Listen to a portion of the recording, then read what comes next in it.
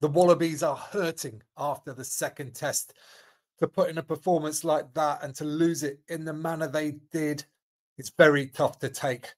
But who will Joe Schmidt trust to put all that behind them and fight back on Saturday?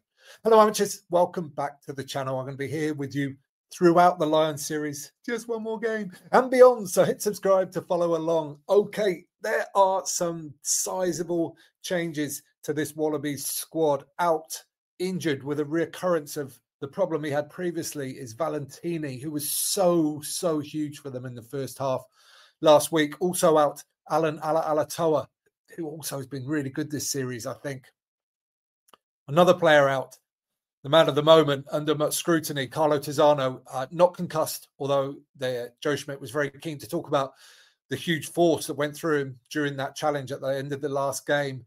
Not concussed, but still very sore. And in light of everything, best to leave him out this week. Overall, though, Joe Schmidt in the press conference, he sort of described about how it was really tough, actually, to get the players up.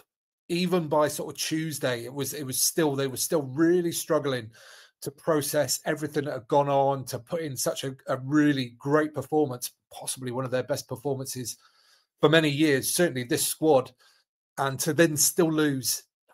Yeah, very tough for anybody to take. But they did start to perk up again on Tuesday. And another quote from Joe Schmidt in the press conference, asked about some of the changes, and he used the phrase, "This will help to shift the malaise." And that's quite a powerful word to use, actually, a malaise, like just feeling nothing almost. So, yeah, and as we go into the selections here, you'll see, I think he's potentially pulling on a few emotional triggers here to help spark this squad, to help them bring them back to life, to help them get energy to go into this game, which is massive. It's still a very big game. So I think, I think a few of the selections will have a nod to that for sure. Okay, let's get into the team. Here it is. Slipper, Parecki, and Taniela Tupou comes in at tight head to start from out of the squad altogether, but he did have a very strong showing for the First Nations Pacifica team against the Lions just a few weeks ago. He's been struggling all year for form, confidence, fitness, but the coaches that know him well say if you can tap into that, if you can just get into his mind, then none of that really matters. I wouldn't be surprised if we see a big performance from him on Saturday. Nick Frost and Will Skelton continue in the second row. I'm sure they'll be hoping for a few more minutes from Skelton this week in his second game back after a layoff. Tom Hooper comes in, the Brumbies blindside, who played really well against the Lions earlier in the tour. This is why these tour games are so cool for me, or why I think the Wallabies should have allowed more of their players to be selected in these games, because you get these storylines coming through. You can see that Hooper's gone well against this team before. Will that bring confidence to the rest of these Wallabies as well? And he's alongside continuing Fraser McWright and Harry Wilson, both of whom have been very good this series as well, in my opinion. Now, the big selection, Nick White at scrum half. This is his last international game. Himself and Joe Schmidt discussed it last week on Wednesday about the fact that he was going to be retiring. And then Joe Schmidt said it was a thought that he might be involved in this third test, depending on lots of factors, I'm sure.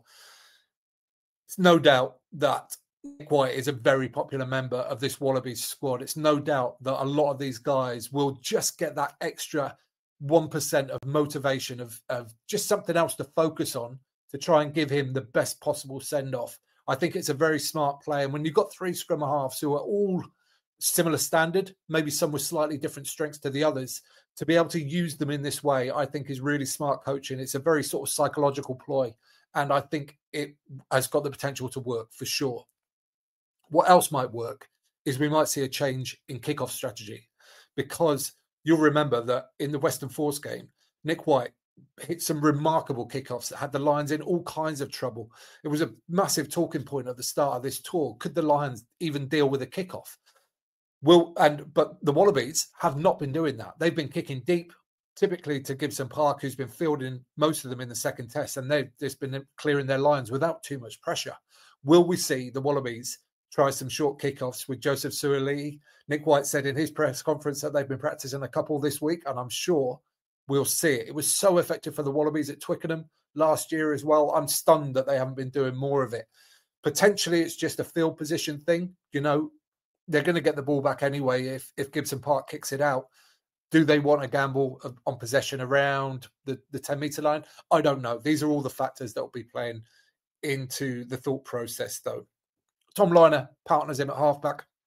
And the only other change to the backs is Dylan Peach, who had another one who had a really strong outing he was playing for the Western Force against the Lions earlier in the tour. He looked powerful, looked quick. He just looked like he really wanted to take them on. And I think that energy could be really useful for the Wallabies in this game. Onto the bench, and we have a 5-3 split. Interestingly, differently to what Andy Farrell spoke of. And in this 5-3 split, you've still got Lange Gleeson there on the bench. It's possible you'd have thought maybe he would have come in straight for Valentini, but some players are just more suited to being on the bench. And he definitely brought really good energy. He definitely brought a big impact when he came on at the weekend, even after Valentini. So I can see why you would go with that. Also on the bench, Andrew Callaway comes in, the really experienced sort of back three player, I guess, winger typically, to round off this 5-3 bench. Okay, this Wallabies team, I've been speaking to people who are on the ground in Australia, and the feeling is that they will find huge motivation to avoid a 3-0. According to Joe Schmidt, it's not something they've really spoken about in camp. They've spoken about the detail. How do we build moments on top of moments that gives us an opportunity to win?